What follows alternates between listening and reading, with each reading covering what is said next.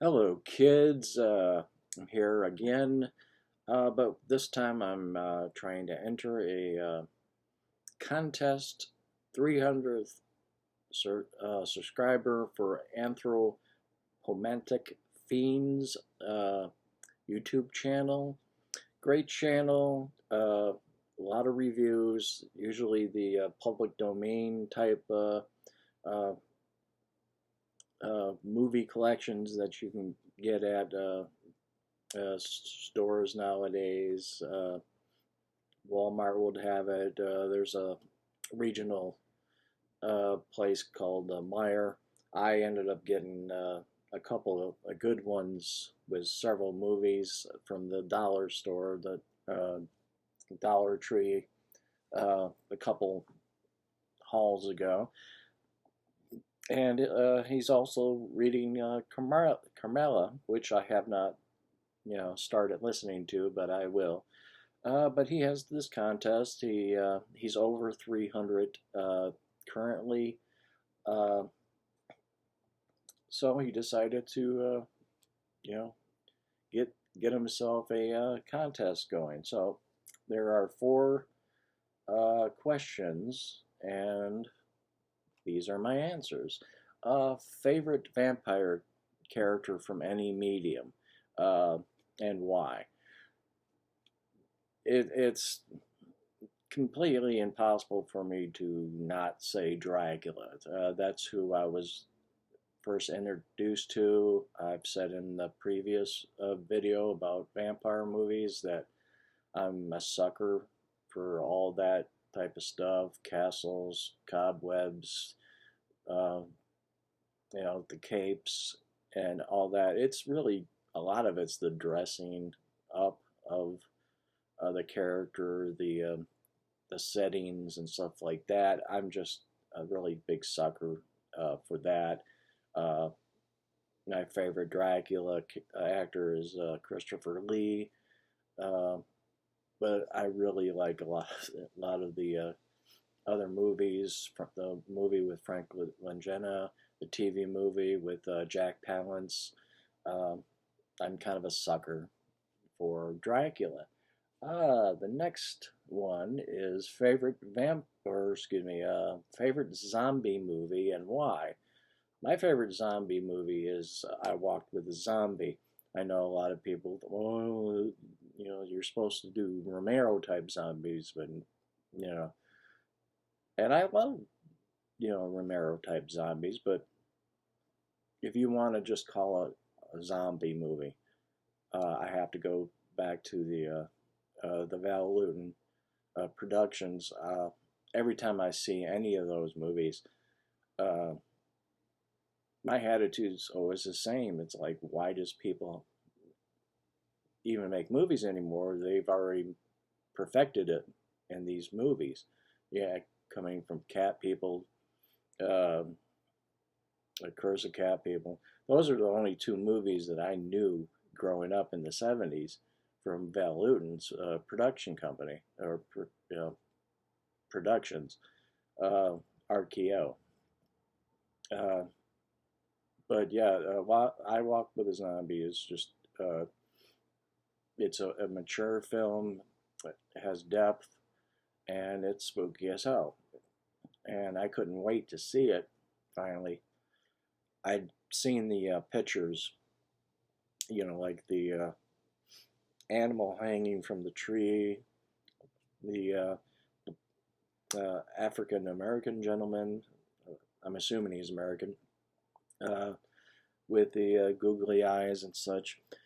And I was not disappointed. It's a wonderful movie. Okay, a favorite movie that has nothing to do with horror. Uh, I guess this probably isn't horror. Most people wouldn't call it horror, but it does have thriller elements, regular thriller elements, and that's Peter Jackson's Heavenly Creatures. I don't know what it is. that Jackson does with this, and I still get the same type of feeling from Return of the King. Um, he's able to push emotional buttons in me that uh, really causes great tension. Uh, I honestly don't know if I even want to see Heavenly Creatures again because I think it's too effective, and you end up, caring about these characters, and they go and do something really horrible, and it just really gets to me. Love that movie. It's the best Peter Jackson's ever done. Um, Hopefully, he'll get back to being a better filmmaker because those Hobbit movies were pretty crappy. And I'm not really a fan of what was it called, Lovely Bones. Well, my mother did like it. Favorite band and why? My favorite band is King's X. Uh, I had heard two songs before buying my first album from them. One was a pretty good song. That was from the first album. They played the video, very last video of the night for Headbangers Ball, and they kind of stood out. So the next time I heard them was from their second album, Gretchen Goes to Nebraska, or a song called Over My Head. It played on the radio. I was really blown away by that. In fact, guitar player Ty Tabor, uh, I think that's still my favorite guitar solo from him. I never get sick of that guitar solo or the song. But listening to that first album and other albums from them, uh, you could everything I loved about rock is just blended right in to the band. They're just the three piece, and they were able to get that much musical depth. Uh, you go Beatles, Hendrix, Sly and the Family Stone, Black Sabbath, and many other influences to the point where they just are just an original sound. Uh, Unfortunately, they didn't become as big as they were being told that they were going to be, uh, but they did influence uh, major acts, and you know, Alice in Chains, big fans of theirs, uh, members of Pearl Jam. In fact, they've lead singer Doug Pinnick had done a side project with members of Pearl Jam called Trace Mountains. Um, Andy Summer from The Police, huge fan. Uh, Dimebag Darrell. The list goes on and on.